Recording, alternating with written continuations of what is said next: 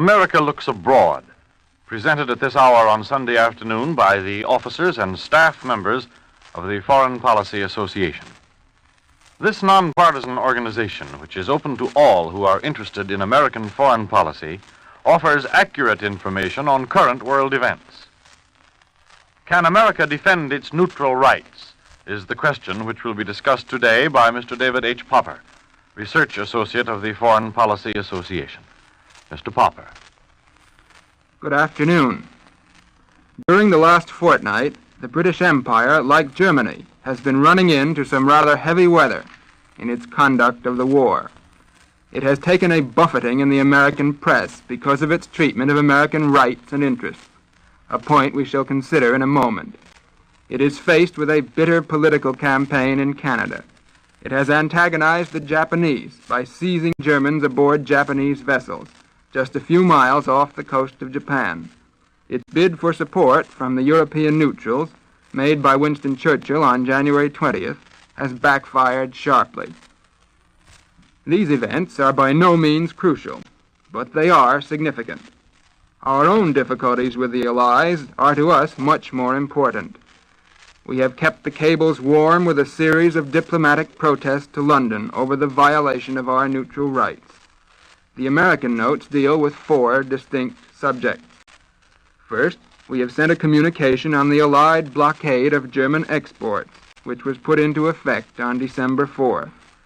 International law permits a nation at war to cut off shipments bound for an enemy country, if these are contraband, that is, if they are of use in war. It does not, however, permit a nation to cut off the exports of its enemy to a neutral country. We therefore have good legal grounds for questioning the British in this instance.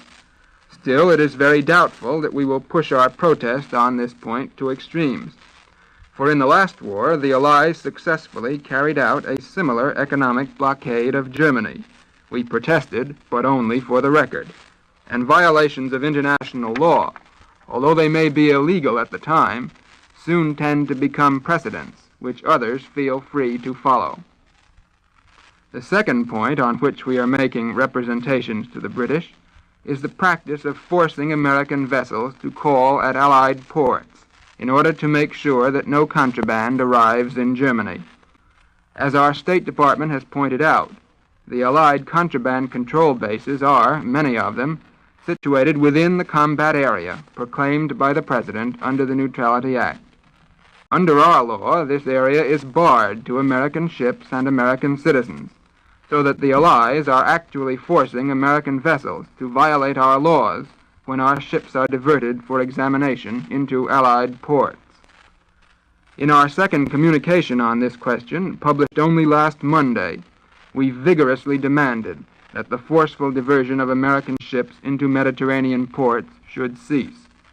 We were particularly put out because the evidence showed that our ships were detained 3 times as long as Italian vessels in this area. Here again, the textbook rules of international law are on our side.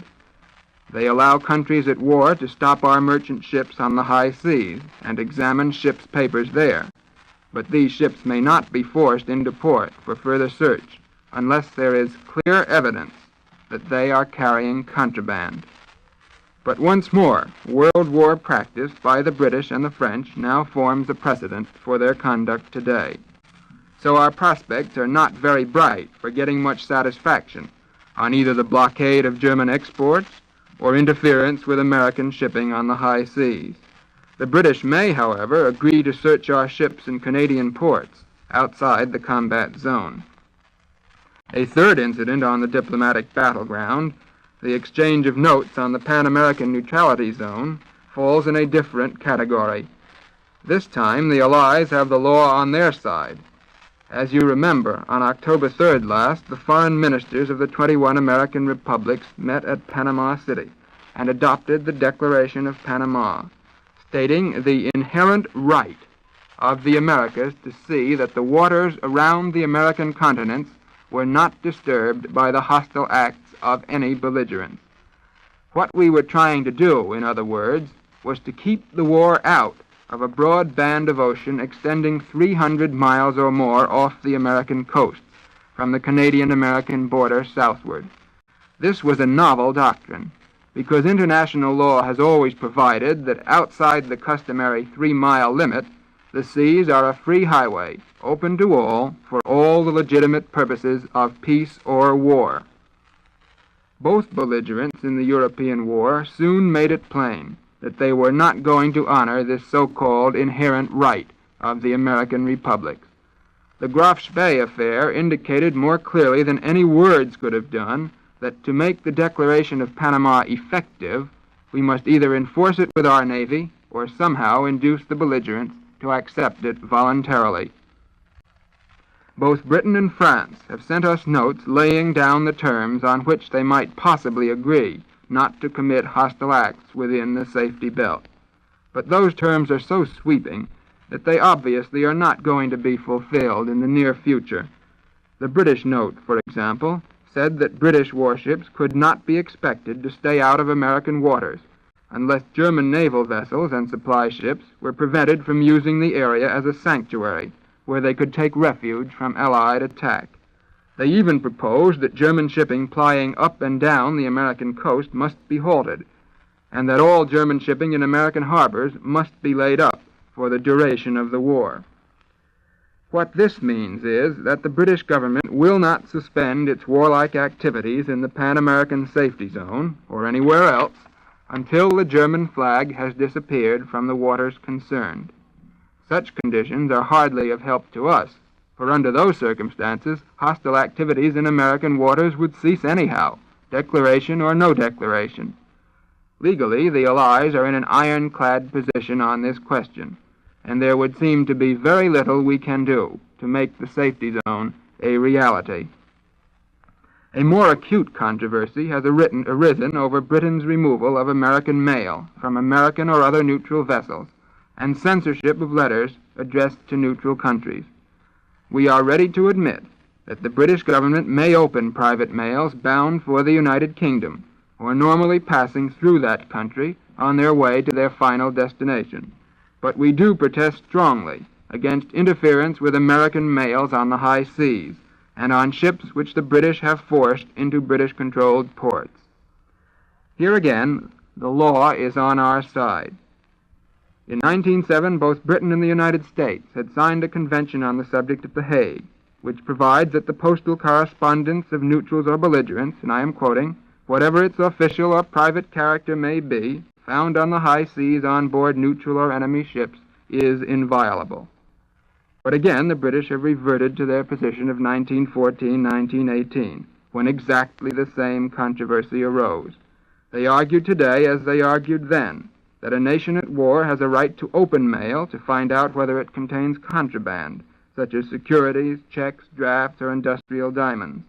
The British say that there is an organized traffic between the United States and Germany in these financial papers. Far from admitting that their action is illegal, they ask us why we don't protest to the Germans, who sink ships by mine and torpedo without any regard for the safety of either mails or passengers. On strictly legal grounds, the British arguments really do not meet the point.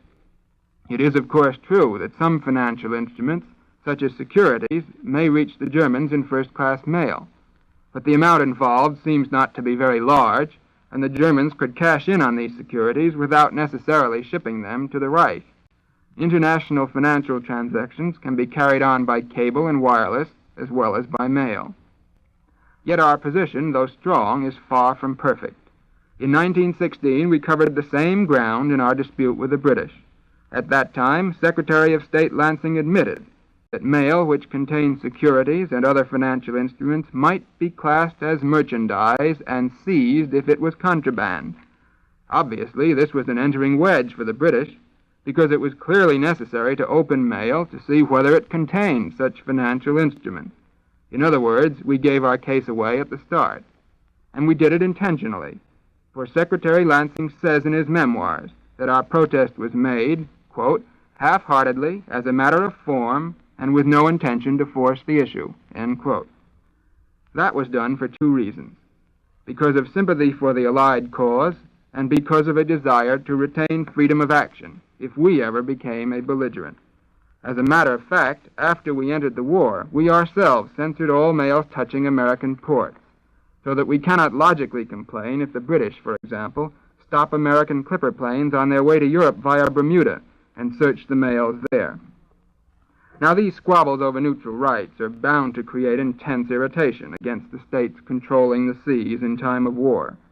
We, too, are a world power with a first-class naval establishment, and it is not easy for Americans passively to suffer economic losses and personal inconvenience because of a war in which we are not directly involved.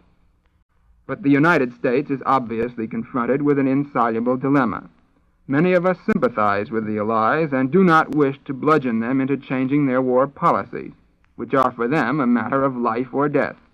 Yet we have rights of our own to uphold. We have yielded many of these under the Neutrality law and have done a great deal to facilitate the Allies' control of our overseas trade. If we suspect that in spite of this, Britain and France are unnecessarily interfering with our affairs, we tend to become irritated, and with good reason. What begins as a minor exchange of diplomatic notes may become a very serious controversy. This was exactly the situation into which we drifted in 1916. After 2 years of protest to both sides in the war, popular indignation against both the Allies and Germany rose toward the boiling point. In September 1916, we passed legislation which permitted the President to prohibit the importation of products from Britain and France into this country if they did not cease interfering unjustly with our exports and our mails. We also authorized the President to prevent vessels which discriminated against American goods or shippers from leaving American ports. We never used these retaliatory powers because our anger over the Allied moves was swallowed up in our vastly greater indignation over the German submarine campaign. But today, ironically enough, our neutrality law, by preventing American ships and citizens from entering the combat area in Western Europe, has saved us so far from difficulties of this type with the Germans. What shall we do this time if more and more Americans protest to the State Department against the Allied war policies?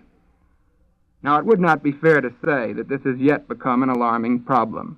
Protection of American neutral rights is only one small portion of our broad foreign policy, which strives to protect many other interests as well. There are those who believe that these interests can best be defended by a policy of strict aloofness from the warring portions of the world.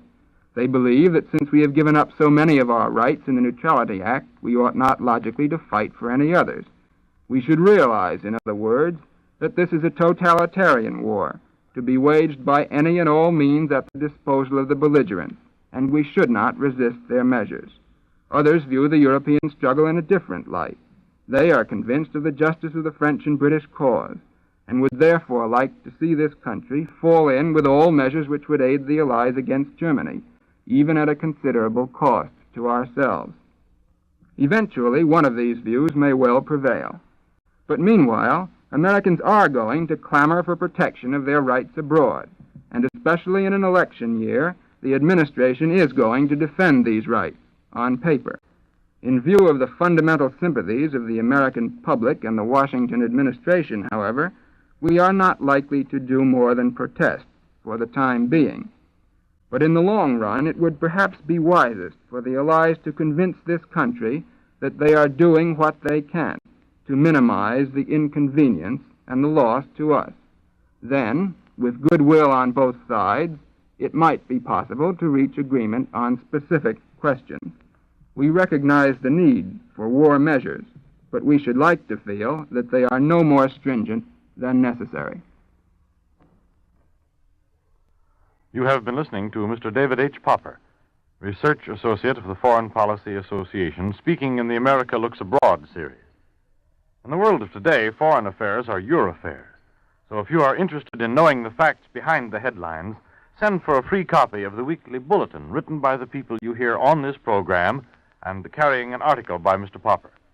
Address your letter or postcard to the Foreign Policy Association, number 8 West 40th Street, New York City. And tune into this station next Sunday at 3:15 to hear another speaker in the series America Looks Abroad. This is the National Broadcasting Company, RCA Building, Radio City, New York.